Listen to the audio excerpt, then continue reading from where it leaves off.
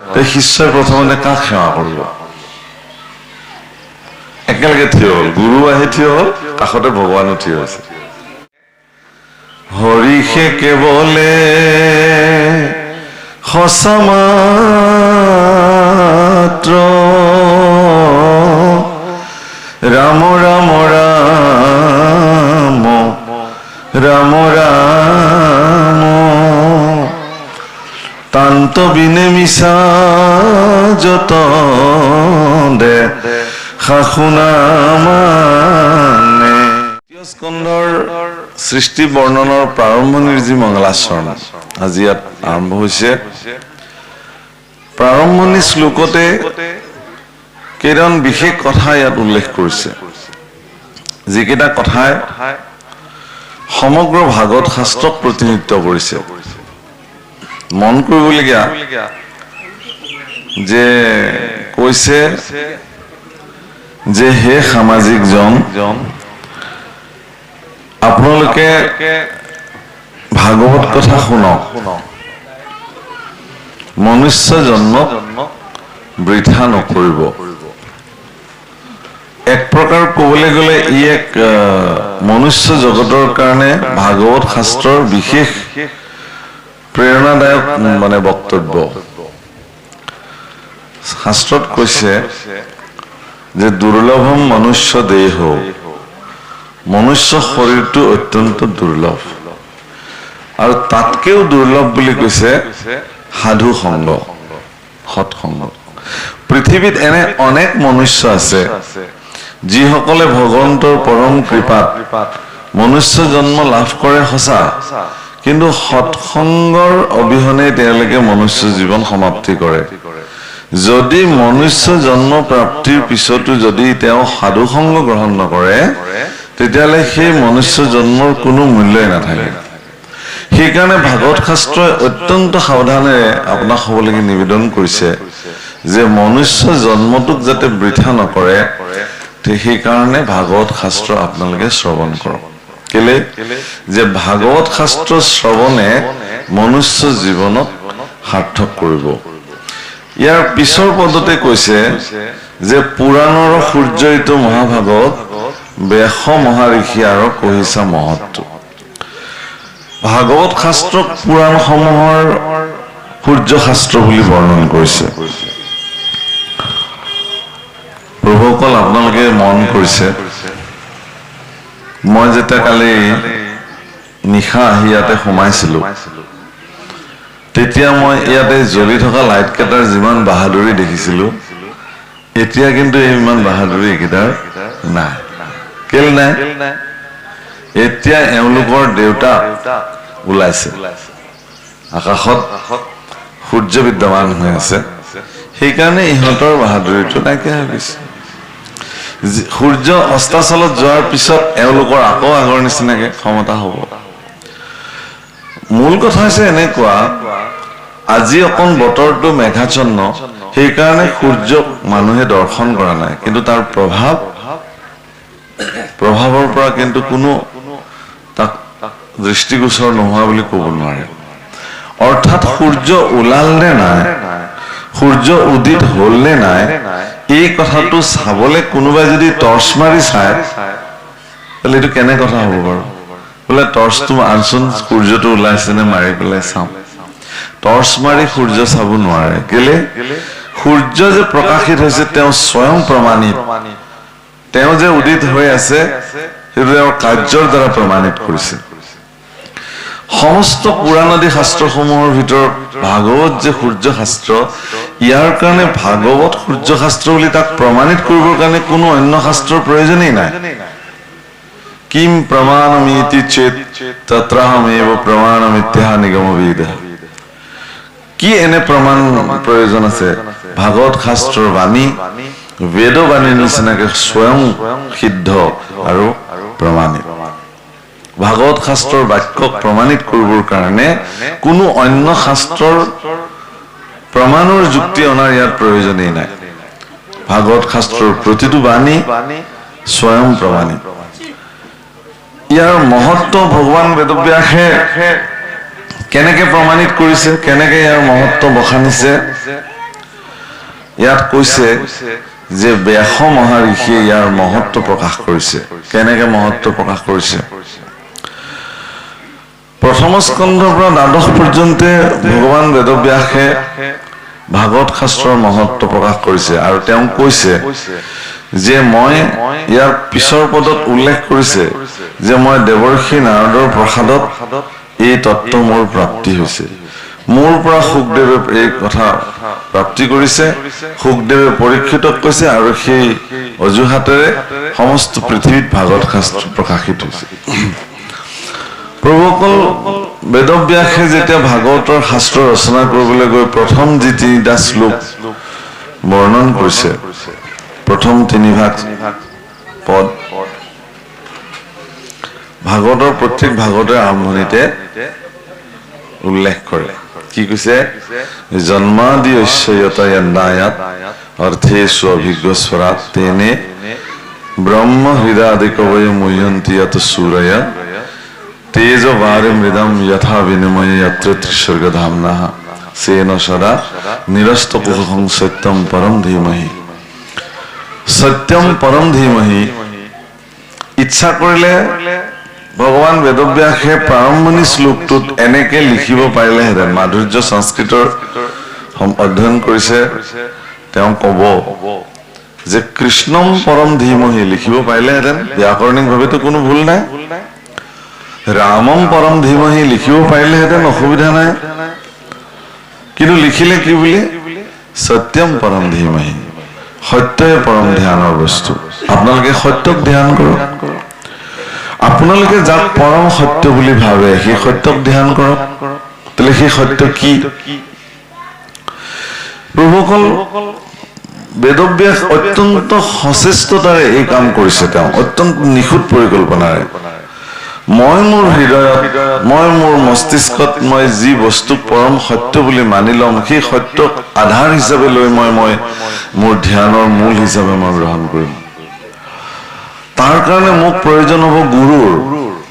মই গুৰুকে ভগৱান বুলি মানি লম, গুৰুদেৱ ভগৱান স্বয়ং। গুৰুৰ দুখানি অভয় চৰণত মই সমৰ্পিত হম। প্ৰথমতে এইটো পদ্ধতি, এটা প্ৰক্ৰিয়া। কেনেকুৱা? যে কৈছে যে গুৰু সাক্ষাৎ পৰম ব্ৰহ্ম, গুৰু সাক্ষাৎ পৰম ব্ৰহ্ম। গুৰুৰ দুখানি অভয় চৰণত ব্যক্তি এগৰাকী যেতিয়া সমৰ্পিত হয়, তেওঁ গুৰুকে সাক্ষাৎ ভগৱান বুলি তেওঁৰ চৰণত আশ্ৰিত হ'ব লাগে। মই নাজানো কোন ভগৱান আছে, কিন্তু মই আপোনাকে ভগৱান বুলি মানিছো। এইটো গুৰু তত্ত্বৰ মূল বিষয়। যেতিয়া আপুনি গুৰু ভজিলে, গুৰুৰ তেতিয়া নিজস্ব কৰ্তব্য এটা আছে। কি কৰ্তব্য? তেওঁ আপোনাক ভগৱান চিনাই দিব। যদি আপোনাক তেওঁ ভগৱান চিনাব পাৰে, তেতিয়াহ'লে তেওঁ কৃপাময় গুৰু হ'ব। এই কথা স্বয়ং ভগৱান শ্ৰীকৃষ্ণ উদ্ধৱৰ আগত একাদশ স্কন্ধত বৰ্ণন কৰি কৈছে, আমাক চিনাৱে গুৰু কৃপাময়। মোক যিজনে চিনাই দিব পাৰে তেওঁ কৃপাময় গুৰু। সেইকাৰণে গুৰুৰ ওচৰত যেতিয়া আপুনি আশ্ৰিত হ'ব, গুৰুৱে আপোনাক ভগৱান দেখুৱাই দিব। তেতিয়া আপোনাৰ কাৰণে ভগৱান দুজন হৈ গ'ল। কিন্তু এজনটো গুৰুৱে দেখুৱাই দিয়া ভগৱান, আৰু আনজন কোন? স্বয়ং গুৰুৱে মোৰ কাৰণে ভগৱান। এতিয়া গুৰু আৰু ভগৱান যদি একেলগে থিয় হয়, তেতিয়া শিষ্যই প্ৰথমতে কাক সেৱা কৰিব? একেলগে থিয় হ'ল, গুৰু আহি থিয় হ'ল, কাষতে ভগৱানো থিয় হৈছে। শিষ্যই প্ৰথমতে গুৰুৰ চৰণ সেৱা কৰিব, তাৰপিছতে ভগৱানক সেৱা কৰিব। যদি তেওঁ গুৰুৰ চৰণ সেৱা নকৰি পেলাই ভগৱানৰ চৰণ সেৱা কৰিব, গুৰুৱে বেয়া নাপায়, কিন্তু ভগৱানে বেয়া পাব। ভগৱান ৰুষ্ট হৈ যাব। যিজনে মোক তোমাক চিনাই দিলে তেওঁকে তুমি অৱজ্ঞা কৰিলা। এইটো গুৰু তত্ত্ব, গুৰুৰ স্থান, গুৰুৰ মহিমা। সেইকাৰণে যিকোনো শাস্ত্ৰৰ প্ৰাৰম্ভণি হওক, যিকোনো সৎকৰ্মৰ প্ৰাৰম্ভণিত সৰ্বপ্ৰথম গুৰু স্মৰণ হয়, গুৰুৰ প্ৰতি শ্ৰদ্ধা। গতিকে গুৰুক যদি আমি সোধো, আমাৰ কৃপালু গুৰু দুজনাক যদি আমি সোধো যে হে গুৰুদেৱ, ভগৱান বেদব্যাসেতো লিখিছে সত্যম পৰম ধীমহি, তেতিয়াহ'লে এই সত্য কোন? কাক আমি ধ্যানৰ বস্তু হিচাপে গ্ৰহণ কৰিম? আপুনি যাওক গুৰুৰ ওচৰলৈকে। গুৰুটো আজিও আমাৰ মাজত বিদ্যমান হৈ আছে। কীৰ্তনত মহাপুৰুষ শংকৰ চৈতন্য স্বৰূপে, ঘোষাত মাধৱদেৱ চৈতন্য স্বৰূপে আজি বিদ্যমান হৈ আছে। যদি যায় তেতিয়াহ'লে মাধৱদেৱে আপোনাক পৰম সত্যৰ সন্ধান প্ৰদান কৰিব। কেনেকে? হৰিষে কেৱলে সঁচা মাত্ৰ, ৰাম ৰাম ৰাম ৰাম ৰাম, তান্ত বিনে মিছা যত দে শাসুনা মানে। হৰি কেৱল সঁচা, তাত ব্যতিৰেকে আপুনি যিমান দেখিছে সকলো মিছা। তেতিয়াহ'লে সত্যম পৰম ধীমহি, সত্যত আপুনি কাক বহুৱাব? সেই পৰম সত্য হৰিকে ধ্যানৰ মূলস্থানত আপুনি বহুৱালে। সেইকাৰণে যি তিনিটা বিশেষ শ্লোক ইয়াত উল্লেখ কৰিছে ভাগৱতৰ প্ৰাৰম্ভণিতে, তাত খুব ধুনীয়াকে কৈছে। প্ৰথমতে ক'লে আচলতে কিম ধ্যানম, কিম ধ্যেয়ম, আচলতে কাক আমি ধ্যান কৰিম, কিম ধ্যেয়ম। সেইটো কি হৈছে যে সত্যম পৰম ধীমহি। আৰু দ্বিতীয় শ্লোকত ভগৱান বেদব্যাসে মহত্ব প্ৰকাশ কৰি কি ক'লে যে কিম জ্ঞেয়ম, আচলতে আমি কি গাম, কি কীৰ্তন কৰিম, কিয় কৰিম। ইয়াত এটা খুব সুন্দৰ শব্দ ব্যৱহাৰ কৰিছে, ধৰ্ম প্ৰজ্জিত কৈতৱত্ৰু পৰম নিৰ্মৎসৰণম সতম বেদ্যম বাস্তৱ মন্ত্ৰ বস্তু শিৱদম তাপত্ৰয় উন্মূলনম। শ্ৰীমদ ভগৱতে মহামুনি কৃতে কিম্বা পৰৈশ্বৰ সদ্য হৃদয় অৱৰুদ্ৰতে অত্ৰ কৃতিভি শুশ্ৰুভি তৎক্ষণাৎ। অৰ্থাৎ আপুনি ভগৱানৰ গুণানুকীৰ্তন যি মুহূৰ্তত কৰিব, তৎ মুহূৰ্তত আপোনাৰ হৃদয়ত আহি ভগৱান বিদ্যমান হৈ যাব। অকমানো দেৰি নকৰে, এক মুহূৰ্ত পলম নকৰাকে যি মুহূৰ্ততে আপোনাৰ শ্ৰীমুখে ঈশ্বৰৰ নাম ব্যক্ত হ'ব, সেই মুহূৰ্ততে হৃদয়ত আপোনাৰ ভগৱান আহি বহি যাব। সেইকাৰণে ঈশ্বৰৰ গুণ গাব লাগে। সেইকাৰণে কিম জ্ঞেয়ম, ঈশ্বৰৰ গুণ, ঈশ্বৰৰ লীলা, ইয়াৰ ফলশ্ৰুতি কি, ইয়াৰ পৰিণাম কি? ইয়াৰ পৰিণাম এইটোৱেই যে ই তাপত্ৰয় উন্মূলনম, তিনি তাপৰ পৰা আপোনাক মুক্ত কৰিব। আপুনি আধ্যাত্মিক তাপ, আদি দৈবিক তাপ, আদি ভৌতিক তাপ, এইবোৰৰ পৰা আপুনি মুক্ত হৈ যাব। গতিকে ৩ নম্বৰটোত কৈছে কি বুলি, নিগম কল্পতৰুৰ গলিতম ফলম শুক মুখাত অমৃতম দ্ৰৱ সংযুক্তম পিবত ভাগৱতম ৰসমালয়ম মুহুৰুহু ৰসিকা ভবি ভাবুকাহ। শেষৰটো হ'ল কি যে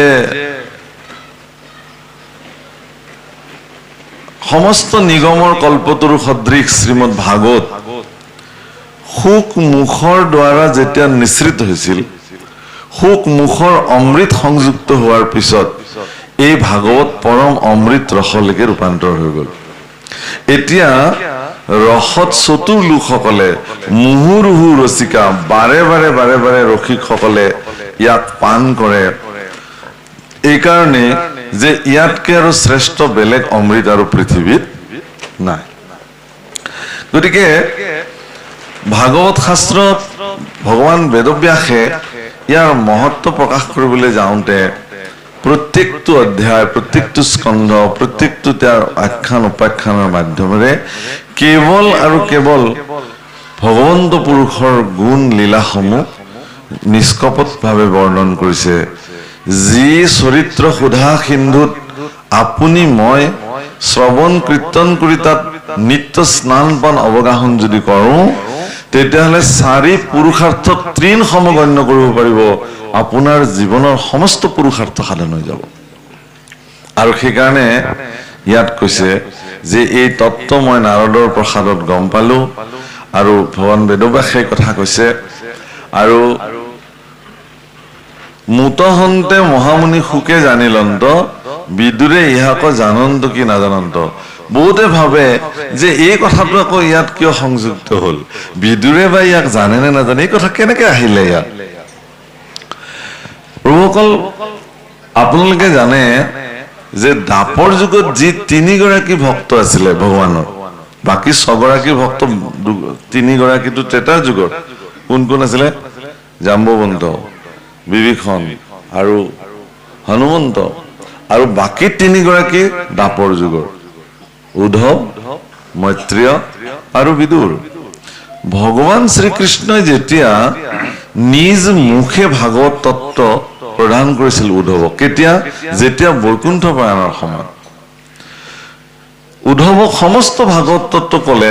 আনকি উদ্ধৱে যিকেইটা প্ৰশ্ন নিবেদন কৰিছিলে, 24টা প্ৰশ্ন, সম কাক বোলে, দম কাক বোলে, শৌচ কাক বোলে ইত্যাদি প্ৰশ্ন কৰিছে নহয় তেওঁ, খুব গুৰুত্বপূৰ্ণ প্ৰশ্ন। ভগৱান শ্ৰীকৃষ্ণই উদ্ধৱ মহন্তক কৈছে যে তুমি যিকেইটা প্ৰশ্ন এতিয়া নিবেদন কৰিলা, এই প্ৰশ্নকেইটাৰ উত্তৰ জানিলে তেওঁ সমস্ত ভাগৱত জানিব। অৰ্থাৎ কৃষ্ণ উদ্ধৱ সংবাদৰ যদি ভগৱান কৃষ্ণই উত্তৰ প্ৰদান কৰা উদ্ধৱৰ এই প্ৰশ্নকেইটা কোনোবাই যদি জানে, ইয়াৰ উত্তৰ হৈ যায়, তেতিয়াহ'লে তেওঁ আৰু সুকীয়াকে বেলেগে ভাগৱত জনাৰ প্ৰয়োজনেই নাই। যদি এয়াই হয়, তাৰমানে ভাগৱত ভগৱন্ত পুৰুষে স্বয়ং নিজ মুখে অত্যন্ত কৃপাৰে উদ্ধৱক বৰ্ণন কৰিছে। আৰু কাক বৰ্ণন কৰিলে? তাৰ পিছতে মৈত্ৰেয় আহিলে, উদ্ধৱকতো বিদায় দিলে। উদ্ধৱক বিদায় দিয়াৰ আগত ভগৱান কৃষ্ণই কৈছে যে হে উদ্ধৱ, আজি মোৰ কাষত তুমি যেনেকে আছা, মৈত্ৰেয় আৰু বিদুৰো থাকিব লাগিছিল, কিন্তু বিদুৰটো বিদুৰতেই থাকিল, কাৰণ তেওঁতো তেতিয়া তীৰ্থ ভ্ৰমণত আছিলে। গতিকে তুমি এই কথাখিনি বিদুৰক লগ পালে কবা। অলপ পিছত মৈত্ৰেয় আহি পালে, মৈত্ৰেয়কো ভগৱান শ্ৰীকৃষ্ণই সমস্ত ভাগৱত তত্ত্ব প্ৰদান কৰিলে, আৰু মৈত্ৰেয়কো ভগৱান কৃষ্ণই এই কথাটো কৈছে যে হে মৈত্ৰেয়, আজি বিদুৰ মোৰ ওচৰত আহিব লাগিছিল, বিদুৰকো মই এই কথাখিনি ক'ব লাগিছিল, কিন্তু বিদুৰ মোৰ পৰা দূৰতে থাকিল। গতিকে তেওঁ আঁতৰতে থাকিল, বিদুৰ নাহিল। কিন্তু সৌভাগ্যৰ বিষয় এইটোৱে যে তীৰ্থ ভ্ৰমণ কালত উদ্ধৱে যেতিয়া বিদুৰক লগ পাইছিলে, কৃষ্ণই কোৱা সংবাদ প্ৰত্যক্ষভাৱে উদ্ধৱে বিদুৰৰ আগত বৰ্ণন কৰিছে। মৈত্ৰেয় যেতিয়া লগ পাইছে, তেতিয়া মৈত্ৰেয় এই কথা বিদুৰক কৈছে। কিন্তু প্ৰত্যক্ষভাৱে বিদুৰে যিহেতু ভগৱানৰ শ্ৰীমুখে ভাগৱত নুশুনিলে, সেইকাৰণে ইয়াত এই প্ৰশ্নটো আনিছে যে এই মহাতত্বৰ কথা বিদুৰে জানিল নে বা নাজানিল। এতিয়ালৈকে এই কথাটো আহিছে, পিছত দেখিছে যে ইয়াত জানিব বা পাব। বাৰু যি নহওক, ইয়াত কৈছে যে টিকা ভাষ্য চাই মহাবুদ্ধিৰ প্ৰভাৱে কেহুজনে আৰু তত্ত্ব অৰ্থক নপাৱে, বৈকুণ্ঠৰ শাস্ত্ৰ কৃষ্ণ মুখৰ বচন, আৰু কি তত্ত্বক জানে যে সেইজন।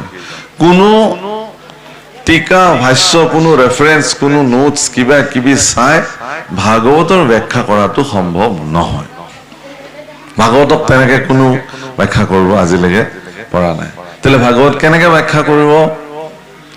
ভাগৱতক কোনেও ব্যাখ্যা আজিলৈকে কৰিব পৰা নাই। কাৰোবাৰ শ্ৰীমুখে যদি ভাগৱত বিশ্লেষণ হৈছে, সেয়া ভাগৱত স্বয়ং নিজে নিজে প্ৰকাশিত হৈছে। হৃদয়স্থিতি হোৱা তুমি যেন কৰিবা স্বামী ঋষিকেশ কৰিবতে নহয়, তুমি মোৰ হৃদয়ত থাকি পেলাই তোমাৰ গুণ কীৰ্তন যি ধৰণে ব্যক্ত কৰিবা সেই ধৰণে ব্যক্ত হ'ব। গতিকে আজি যে আমি ইয়াত বহি পেলাই ভাগৱত কথা কৈ আছো, ইয়াত আমাৰ বিন্দু মাত্ৰও কৃতিত্ব নাই। একো আমাৰ ইয়াত কোনো কৃতিত্বই আমি ল'ব পৰা বিধৰ নহয়। যিখিনি কথা আজি প্ৰকাশিত হ'ব লাগে বুলি ভগৱানে ভাবে, সেইখিনিহে তেওঁ প্ৰকাশ কৰিব। ইয়াত মোৰ পাণ্ডিত্যৰ কোনো মূল্যই নাই, মোৰ যদি কিবা অধ্যয়নো আছে তাৰো কোনো মূল্য নাই। ঈশ্বৰৰ ইচ্ছাতে ভাগৱত ব্যক্ত হয়। বাৰু যি নহওক, এই সন্দৰ্ভত মই আশা কৰিম যে মাধুৰ্য অকণমান আগবঢ়াব।